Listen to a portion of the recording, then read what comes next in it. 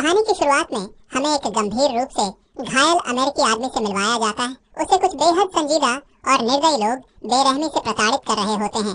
वे उसे एक सांड से बांधकर कई मील तक घसीटते हैं, फिर उल्टा लटका देते हैं एक जहरीली चींटियों के घोंसले के ऊपर। उन चींटियों के काटने से उसका शरीर सूख सा जाता है। ये लोग उसे डराते हैं, धमकाते हैं और कभी कभी उसे निशाना बनाकर टारगेट प्रैक्टिस के लिए भी इस्तेमाल करते हैं। जब उनका मनोरंजन हो जाता है तो वे उसके हाथ पैर बांधकर बाकी कैदियों के साथ गंदगी में फेंक देते हैं और वह पूरी रात गंदे पानी व कीचड़ में पड़ा रहता है। ये सब इसलिए हो रहा था क्योंकि उस समय अमेरिका और वियतनाम के बीच युद्ध चल रहा था। अमेरिका ने उन देशों पर बमबारी की जो वियतनाम का समर्थन कर रहे थे और दुर्भाग्यवश लाओस भी उन्हीं देशों में शामिल था। अमेरिका ने वहाँ इतनी बमबारी की कि पूरा इलाका मानो जीवित माइनफील्ड बन गया था।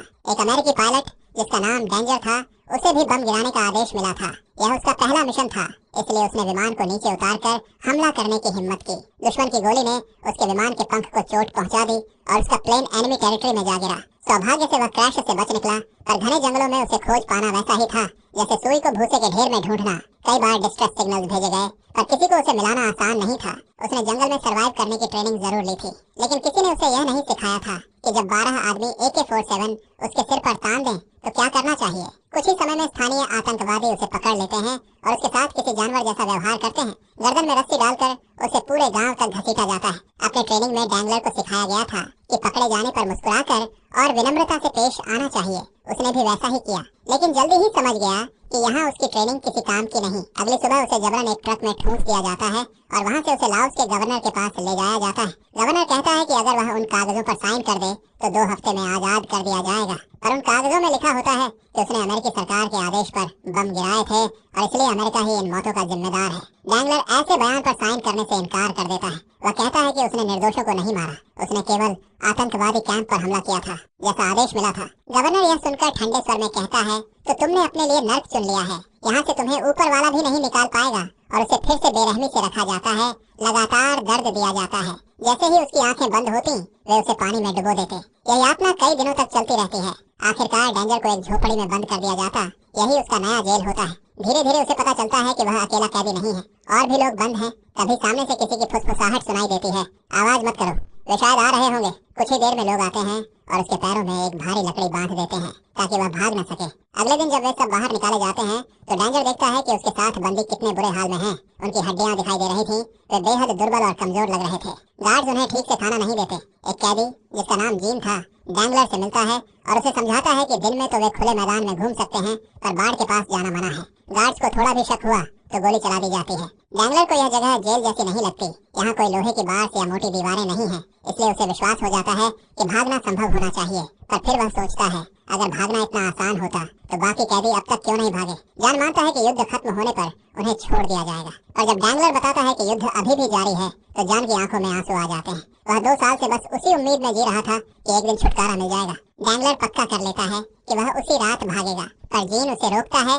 अगर तुम भागे और पकड़े गए तो ये लोग कभी हमें छोड़ने के बारे में नहीं सोचेंगे। बेहतर है तुम भी हमारी तरह इंतजार करो। तभी ड्वेन बोल पड़ता है, तुम लोग समझ नहीं रहे, ये बांस की झोपड़ी हमारी जेल नहीं है। असली जेल तो यह जंगल है। यहाँ से भाग भी गए तो बिना खाने पानी के 2 दिन भी नहीं टिक पाओगे।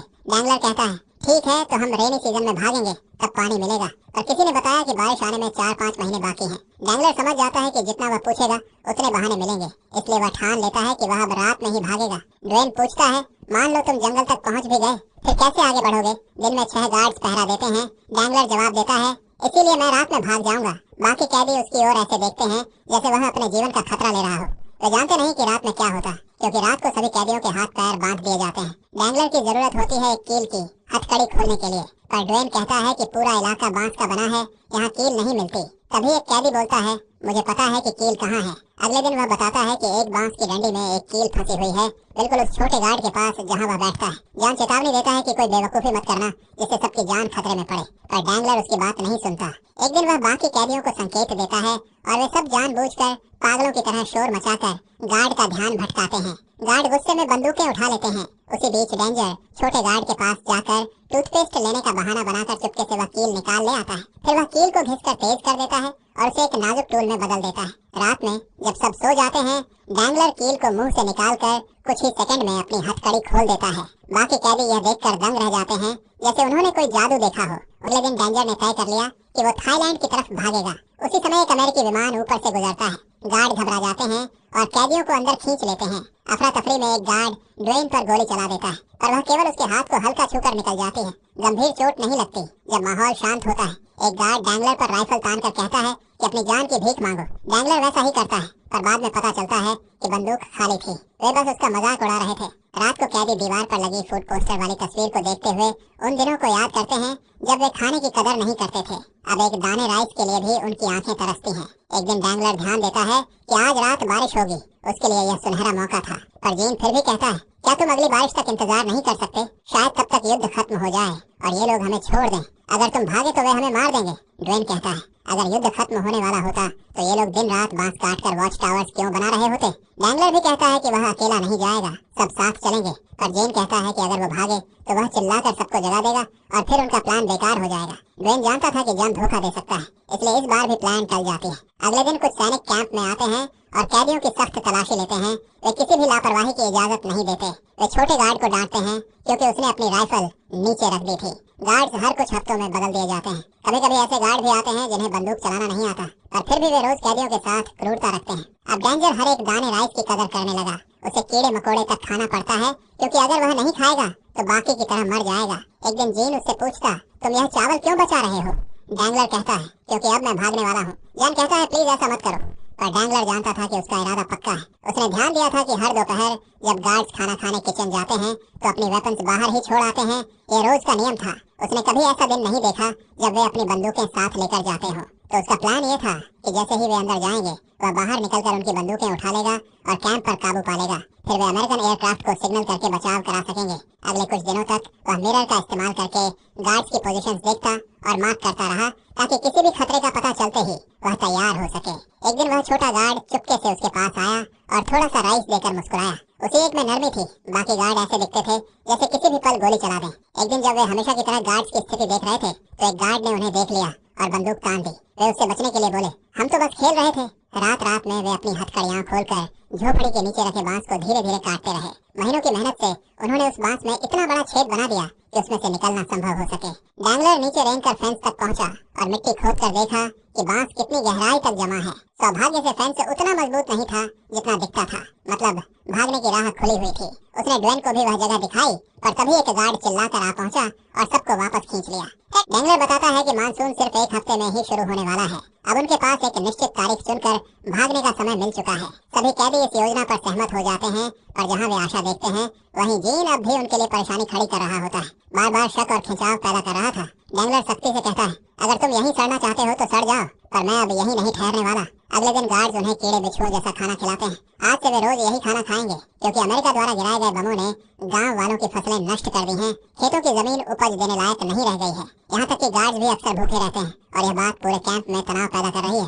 जीन सबसे ज्यादा लोभी था। वह वो चावल खाना चाहता था जिसे डैंगलर ने बचा कर रखा था, ताकि भागने के बाद वे उसे खा सकें। पर डैंगलर कहता है कि वह चावल किसी को नहीं देगा। वह जानता था कि वही चावल उनके बचने की संभावना है। जीन परेशान होकर आवाजें करता है। दोनों के बीच तनाव बढ़ता चला जाता है। उस रात डर के मारे डैंगलर ने जानबूझकर अपनी हथकड़ी नहीं खोली। उसने सोचा कि अगर वह खुला रहेगा तो जीन किसी भी समय चोरी कर लेगा या किसी और को धोखा देगा। फिर भी अगले दिन डैंगलर ने हालत की गंभीरता समझते हुए जीन से माफी मांगी, क्योंकि उसे नहीं पता था कि वह गुस्से में क्या कर बैठेगा और वो नहीं चाहता कि उसका गुस्सा किसी की जान ले ले।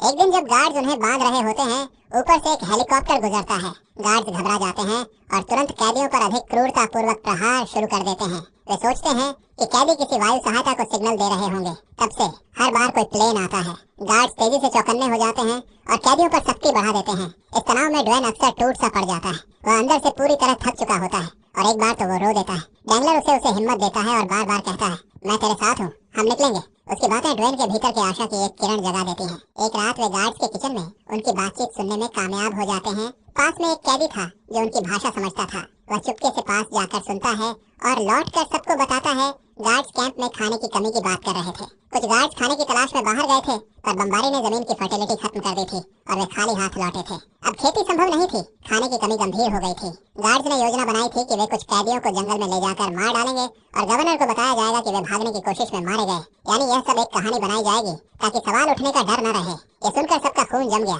उनके पास ज्यादा वक्त नहीं था। रुके रहे तो मार दिए जाएंगे। निर्णय तुरंत लिया गया, उन्हें कल ही भागना होगा। अगले दिन डैंगलर ने गार्ड्स के किचन के बाहर इंतजार किया। जैसे ही गार्ड्स अंदर चले जाते हैं, वह झोपड़ी के नीचे से रेंग कर निकलता है और फेंस तक पहुंचता है। उसकी धड़कन तेज थी पर हाथ कांप रहे थे।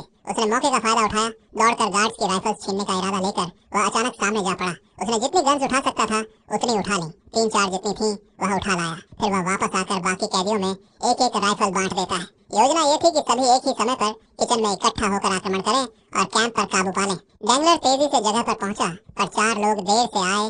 देर होती गई और इंतजार का समय उसके लिए खतरनाक बन गया। सामने 6 गार्ड अकेले खड़े थे और वह अकेले उन सबका सामना नहीं कर सकता था। उसकी हर नस सिहर रही थी, पर फिर भी उसने हिम्मत दिखाते हुए हमला कर दिया। उसने उन सभी गार्ड्स पर प्रहार किया और मजबूरी में उन्हें मार दिया। उसने जान बचाने के लिए यह कदम उठाया, परिस्थितियां कोई विकल्प न छोड़ती थीं। उसने जल्दी से जीन को बुलाया पर जल्द ही समझ गया कि जॉन ने उन्हें धोखा दिया है। वह गायब था। उसने जल्दी से कुछ खाना लिया, ड्वेन को जगाया और दोनों जंगल की तरफ भाग पड़े। कुछ दूरी पर वे जॉन को पाते हैं। वह बिल्कुल शांत खड़ा हुआ था, चेहरे पर खालीपन। ऐसा लगता था कि कुछ भी नहीं हुआ। डेंगलर क्रोधित हो उठा और जोर से पूछ बैठा, तुम क्यों भाग गए और हमें छोड़ दिया? पर जॉन बस खामोश खड़ा रहा, बेमतलब के बहाने देता रहा। जब डेंगलर ने उसके पैरों में जूते देखकर पूछा, हमारे जूते कहाँ हैं? तो जॉन झूठ बोलकर कहता कि उसका दोस्त ले गया। डेंगलर को लगा कि वह पागल हो गया है। उसे महसूस हुआ कि उसकी संगति अब उसके लिए खतरा है। उसने मन महसूस कर जॉन से उसका दूसरा नाइफ बदलवा लिया और उसे वहीं छोड़कर ड्वेन के साथ आगे बढ़ा। आगे चलकर ड्वेन आसमान की ओर देखता है और धीमी सी आवाज में कहता है, बारिश आने वाली है। ये खबर उनके लिए वरदान जैसा थी। मानसून के पानी से उन्हें पीने का पानी और जिंदा रहने की एक और उम्मीद मिल सकती थी।